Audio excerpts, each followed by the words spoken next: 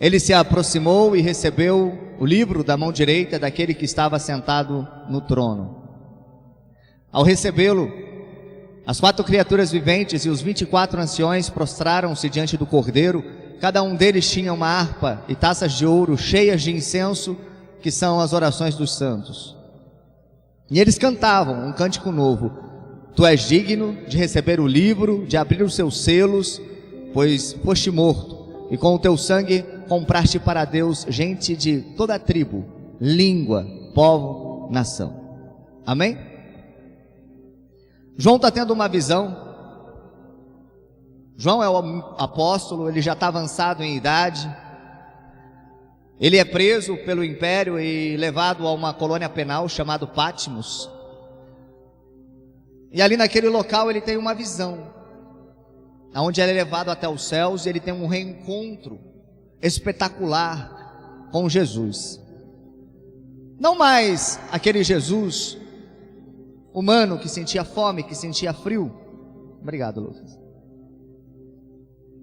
Aquele Jesus que chorava em velórios, aquele Jesus no qual ele reclinou a cabeça sobre o peito para descansar, mas ele encontrou um Jesus glorioso, um Jesus glorificado, assentado sobre o trono, Rei dos reis, Senhor dos senhores, olhos como chama de fogo, cabelo mais branco do que a neve, um Jesus que ele sequer conseguia olhar, encarar. Pelo contrário, quando ele viu, ele caiu no chão como morto, dizendo: a presença dele é grandiosa demais para que eu fique em pé diante de tamanha glória, diante de tamanha força, tamanho de diante esplendor.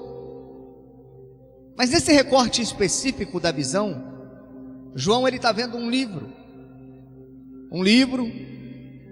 escrito por dentro e por fora.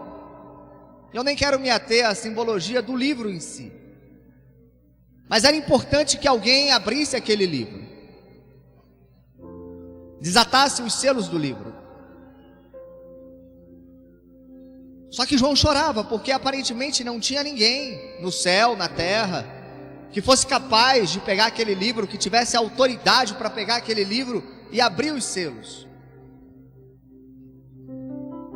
Mas o anjo diz assim: João, não chora. Aqui no céu existe alguém que pode abrir o livro. O leão da tribo de Judá, a raiz de Davi, aquele que é vencedor, aquele que é poderoso. Ele pode abrir o livro. Ali está ele, João, ali está o leão. E João olha na direção que o anjo aponta, e o anjo está enxergando um leão. O anjo está enxergando o vitorioso.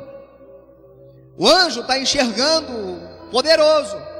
Mas quando João olha, ele não vê leão, ele vê um cordeiro. E não é um cordeiro qualquer, é um cordeiro imolado. Um cordeiro como que acabara de ser morto, um cordeiro ensanguentado. Como assim? Irmão, é que quando Jesus veio à terra, e ele veio, cumpria-se nele uma promessa feita por Deus lá no jardim do Éden, que da semente da mulher nasceria aquele que esmagaria a cabeça da serpente. Ele pisaria na cabeça da serpente, e a serpente iria feri-lo no processo. Deus estava dizendo: vai nascer alguém com um poder o suficiente para reverter todo o mal, para derrotar o mal. Alguém que vai ter poder para derribar o pecado. Só que ele vai sangrar no processo, ele vai ser ferido no processo. E em Jesus, esse mesmo João vai dizer: ele era o verbo que estava com Deus no princípio, e sem ele nada do que foi feito se fez. E o verbo se fez carne e habitou entre nós, e vimos a sua glória como a glória do Pai. Então Jesus era o verbo, Jesus era Deus entre nós. Mas ele sangrou. Em Cristo Deus sangra. e sangra com um propósito. Porque onde houver pecado, tem morte. Pecado é quitado com sangue. E toda alma que pecar, essa alma irá morrer. Irmão, e todos nós estávamos com essa dívida contraída. Todos nós. Todos pecamos e destituímos, fomos da glória de Deus. Todos nós. E você acha que você tinha condição de pagar essa dívida? A redenção da alma do homem é muito cara. Tão cara que nenhum de nós consegue pagar.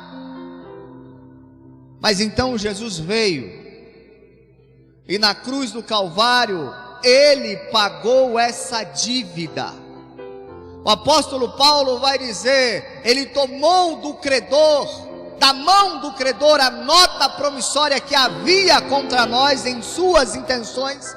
Ele a rasurou e a pregou na cruz, dizendo: Tetelestai, está consumado, está pago, o preço está pago, foi extinguido. O véu do templo se rasgou de alto a baixo. O acesso a Deus foi restituído. O caminho até Deus foi reconstruído. As pessoas olhavam para a cruz e se atemorizavam, era um símbolo de morte. Nós olhamos para a cruz e enxergamos um caminho de volta para Deus. Jesus fez isso. E é por isso que quando João olha, ele vê o cordeiro que foi morto, que foi imolado, e foi por mim. Irmão, Jesus não sangrou pelos anjos. Pelos anjos, ele continuava o tempo todo sendo leão. Mas para nós homens falhos, pecadores, destituídos, decaídos da graça, Jesus morreu por cada um de nós. E quando nós olhamos para o mesmo lugar onde o céu enxerga um leão rugindo, nós encontramos um cordeiro sacrificado, sangrando, nos lembrando que uma nova aliança foi feita, nos lembrando que o corpo dele foi partido por nós, que o sangue dele foi derramado por nós. Então aqui, irmão, até hoje, 2000 anos depois, fazendo essas coisas em memória dele, porque jamais podemos nos esquecer que ele, como Deus, desceu em Cristo, sangrou por mim e por você na cruz do Calvário. Hoje eu estava conversando com a pastora Valquíria aí, dizendo como que às vezes alguns deslizes que nós cometemos, algumas falhas que nós cometemos, algum pensamento, alguma ação, alguma palavra tem o poder de nos desestabilizar. Paulo escreveu dizendo assim: examina o homem a si mesmo, e coma desse pão e beba desse cálice. E a gente acha que é para examinar e chegar à conclusão se eu sou digno ou não de tomar a santa ceia do Senhor. E aí, se eu acho alguma falha em mim, eu falo: não vou tocar na ceia porque eu não estou digno. E no dia que eu fizer a análise, irmão, e eu achar dignidade em mim para tocar no corpo e do sangue do Senhor, aí que eu estou entendendo tudo errado. Porque essa introspecção é exatamente para me lembrar o quão pecador eu sou, o quão miserável eu sou, o quão falido eu sou, mas que Ele me olhou, me amou, desceu do céu, morreu na cruz do Calvário, pagou um preço, não é porque eu mereço, mas é porque Ele me ama e porque a graça dEle me abraçou.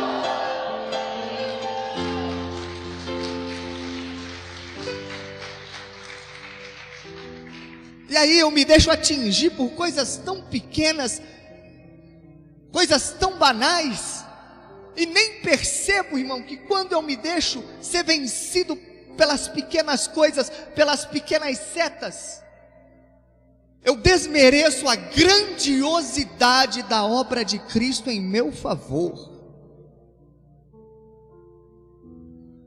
Maior é a graça do que os meus erros, maior é o amor do que os meus pecados. E não importa a distância que eu tenha percorrido para longe, sempre vai ter um Deus, um Pai de braços abertos me esperando quando eu voltar para casa. É por isso que a gente olha e enxerga o Cordeiro sacrificado, morto. Mas o céu, na mesma direção, enxerga e olha o leão, triunfante, vencedor, cumpridor dos propósitos e desígnios, aquele que olhou nos olhos da morte e disse: aonde é que está a tua vitória? O céu enxerga o poder, nós somos abraçados pelo amor. O céu enxerga o domínio, nós somos abraçados pelo seu cuidado. E céus e terra estão falando do mesmo nome: Yeshua, Jesus, o Cordeiro, o Leão, aquele que morreu, mas ressuscitou. Como um cordeiro ele foi imolado, mas como leão ele rugiu e está sentado no trono, dizendo: todo o poder é me dado nos céus e na terra.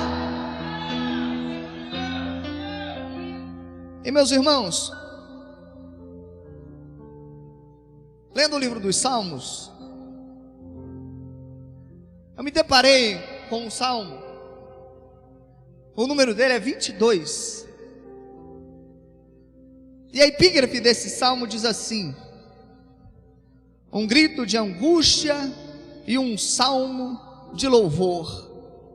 Em algumas traduções da Bíblia, a epígrafe vai dizer: o cordeiro morre, mas triunfa.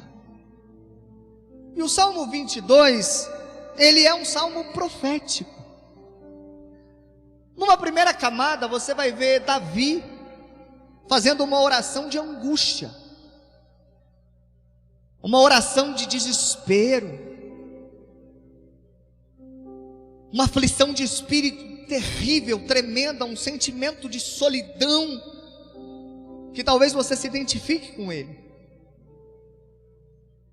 Mas quando você olha numa segunda camada, e você enxerga o ato profético, ou a escrita profética, ou o louvor profético de Davi, muitos e muitos e muitos séculos antes de Jesus subir à cruz, é revelado a Davi, ele transmite a nós neste salmo o sofrimento do Cordeiro. Irmão, nem mesmo os evangelistas conseguiram transmitir as sensações que Jesus sentiu na cruz, mas através da revelação do Espírito Santo, da inspiração do Espírito Santo, Davi transmite a nós. Esse salmo começa com Eloi, Eloi, lama sabachthani. O salmo 22 começa dizendo: Deus meu, por que você me desamparou? Deus meu, eu estou sozinho, eu clamo e parece que ninguém vai me ouvir, não tenho respostas, não tenho sossego. Alguém passa por mim, vê o meu estado e diz: ué, não temia o Senhor? Não era o Filho de Deus? Cadê o socorro agora? Davi vai dizer: os touros de Bazã me cercam, eu me derramo como água e todos os meus ossos se desconjuntam, o meu coração é como cera e se derrete dentro de mim, secou-se o meu vigor, eu me tornei um caco de barro, a minha língua se apega ao meu paladar, e parece que estou descendo ao pó da morte.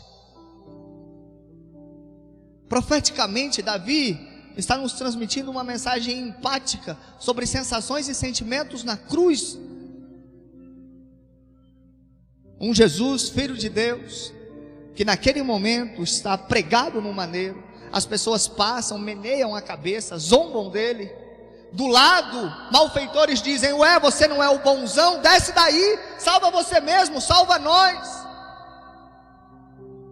Uma legião de demônios rodopiando ao redor da cruz, zombando da autoridade. Um Jesus com os cravos nas mãos, cravos nos pés, coroa de espinho na cabeça, espancado, cuspido, vilipendiado, traído, negado, abandonado. E no ápice do sofrimento, não era o sofrimento físico, mas era o sofrimento espiritual, porque os pecados de todos nós estavam sendo derramados sobre ele na cruz.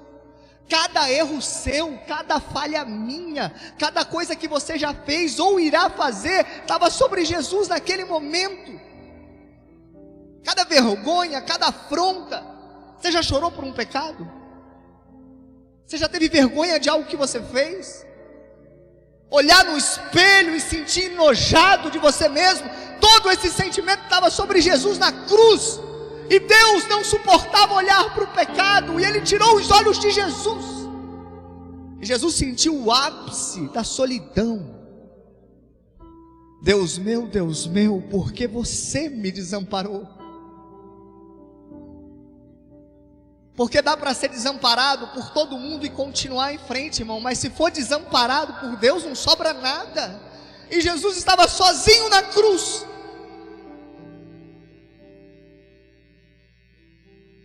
O profeta Isaías vai dizer: pelas suas pisaduras nós fomos sarados.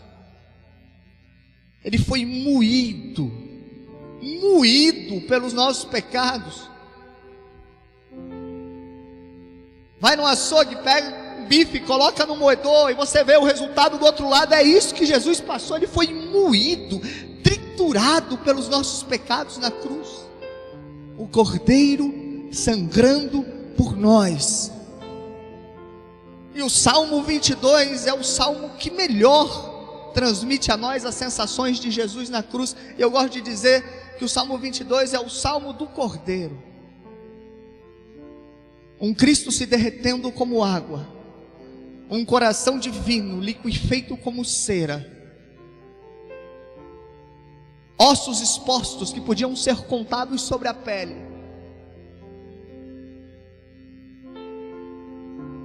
morrendo por nós. Às 3 da tarde ele expirou: Pai, nas tuas mãos entrego o meu espírito. Está concluído. Ele foi tirado da cruz, sepultado, e muitos disseram: é o fim, acabou. Mas eu viro a página e eu me deparo com o Salmo 24. 22 é o Salmo do Cordeiro, e o Salmo 24 diz assim: ao Senhor pertence a terra e a sua plenitude, ao Senhor pertence o mundo e aos que nele habitam, porque Ele fundou-a sobre os mares, e sobre as correntes Ele estabeleceu. Esse salmo é escrito no momento em que a Arca da Aliança está voltando para Jerusalém. Davi não teve um surto de alegria quando ele derrotou o gigante, não teve um surto de alegria quando ele se casou com a princesa, mas quando a arca entrou em Jerusalém, ele não conseguiu se controlar. A Bíblia fala que ele saiu pelas ruas, irmão. Na linguagem de hoje, usando o samba canção, ele nem se preocupou em vestir uma roupa, e ele saltava e bailava diante da arca, cantando de alegria, porque a arca representava a presença de Deus voltando para casa. E sabe o que ele cantava? Levantem-se, ó portas, levantem-se, portais eternos, para que entre o Rei da Glória. E quem é o Rei da Glória? O Senhor poderoso nas batalhas, o Senhor forte e tremendo. Ele é o Rei da Glória.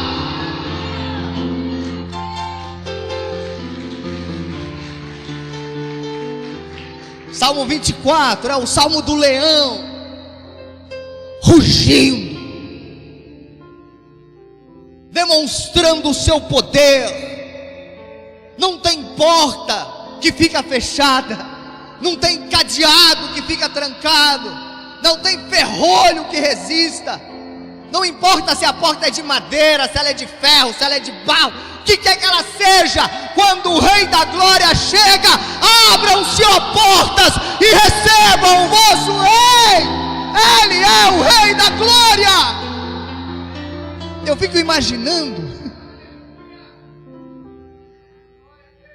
que quando Jesus ele é assunto ao céu naquela nuvem, os discípulos boquiabertos, cerca de 500 pessoas, vendo Jesus ser abraçado por uma nuvem enquanto ele sobe aos céus, e ele dizendo: ficai em Jerusalém, porque em breve vocês serão revestidos de poder. E os discípulos estão vendo o Jesus que eles sempre conheceram. Ele está mais vistoso, pastor Ricardo, ele está com um aspecto diferenciado, mas ele está com cravos nas mãos, ele está com a marca nas mãos. Ele mostrou para Tomé o furo da lança. Enquanto eles olham de cima para baixo, ainda dá para ver os pés transpassados.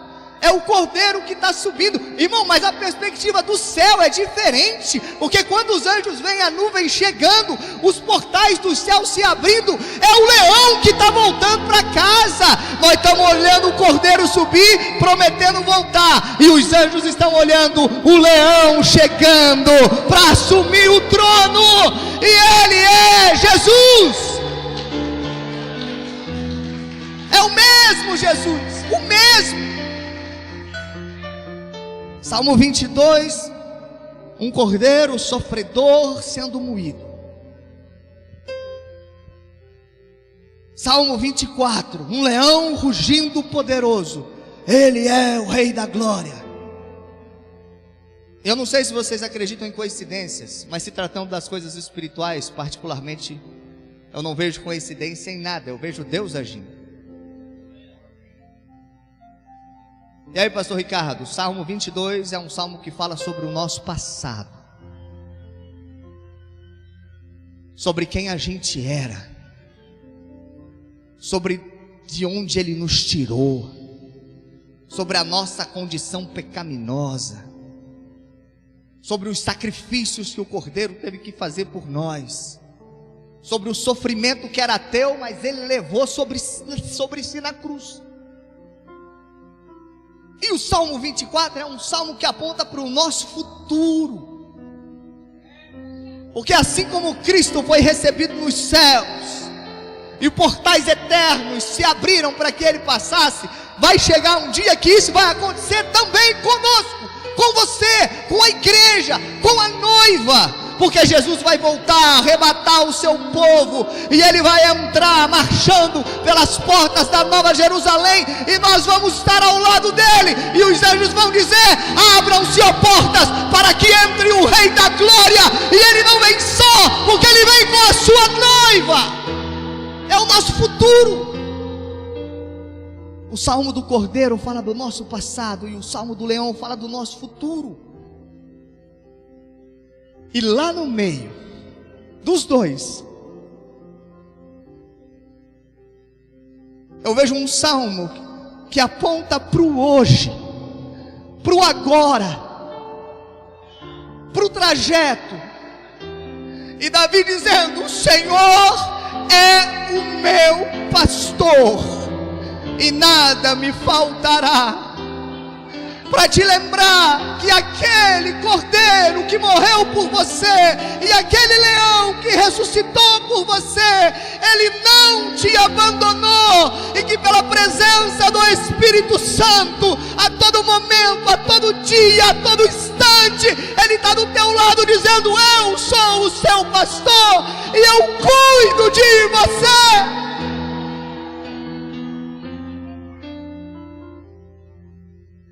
Antes de ser rei, Davi era um pastor de ovelhas, e ele sabia que se ele não procurasse pasto, as ovelhas morriam de fome. Que se ele não procurasse água, as ovelhas morriam de sede. Que se ele não as defendesse, elas eram levadas embora pelos chacais, pelas hienas, pelo leão, pela ursa. Ele era a defesa e ele era a provisão. Só que Davi viveu um momento terrível na sua vida. Ele precisou fugir de Saul. Ele teve que abandonar a sua família. Ele se tornou um inimigo público número 1 por causa de mentiras, de inveja. Ele procurou abrigo junto aos sacerdotes e os sacerdotes morreram por isso. Ele sabia que se ele voltasse para Belém, a sua família morria. Se ele fosse para Ramá, Samuel morria. Ele tentou se abrigar entre os seus próprios inimigos e quase morreu por isso também. Então ele recorreu a uma cidade de refúgio, mas ele sabia que não podia ficar lá, que Saul não ia respeitar regra nenhuma. Aonde ele fosse, as pessoas estariam em perigo. Então ele se viu sozinho. E ele foi para as cavernas dessa cidade chamada Adulão. E muitos teólogos acreditam que foi nessa caverna fria, escura, fedida, sobre musgos, passando fome, passando sede, privado de tudo e de todos, é que Davi escreveu essas palavras. Naquele momento ele se lembrou que ele era só uma ovelha. Só uma ovelha. Ele não sabia onde achar comida, ele não sabia onde achar água, ele não sabia como se proteger. Ele era só uma ovelha indefesa. Mas ele disse: eu vou ficar tranquilo, porque eu sei quem é o meu pastor. Eu não tenho o que fazer. Eu estou indefeso, eu não tenho forças para lutar. Eu estou fragilizado. Eu sou uma ovelha ferida. Mas o meu pastor continua sendo o mesmo. E o Salmo 23 não é um salmo de esperança, é um salmo de confiança. Não é um salmo de ponderação, é um salmo de afirmação. Não é um talvez, é uma certeza absoluta. O Senhor é o meu pastor e nada me faltará. Ele vai me guiar por águas tranquilas. Ele vai me prover pasto e alimento. Ele vai refrigerar a minha alma. Ele vai guiar-me pelas veredas da justiça. E ainda que eu caminhe pelo vale da sombra da morte, eu não vou ter medo, porque o Senhor está comigo. A sua vara me protege, o seu cajado é a minha consolação. Ele vai preparar uma mesa perante os meus inimigos. Ele vai ungir a minha cabeça, o meu cálice vai transportar. A bondade, a misericórdia do Senhor estarão comigo todos os dias da minha vida. E eu ainda vou voltar para a casa do Senhor, e lá eu vou habitar por muitos e muitos dias. Porque eu sei que Ele é o meu cordeiro, porque eu sei que Ele é o meu leão. Eu também tenho a certeza que Ele é o meu pastor, e que a caverna não é o meu fim, a cova não é o meu fim, que o meu lugar é na casa do meu Pai, na casa do meu Senhor, servindo até o último dia da minha vida. E quando essa vida aqui terminar, por causa do Cordeiro, eu vou para minha verdadeira casa, dar um abraço no leão. Você pode se colocar de pé?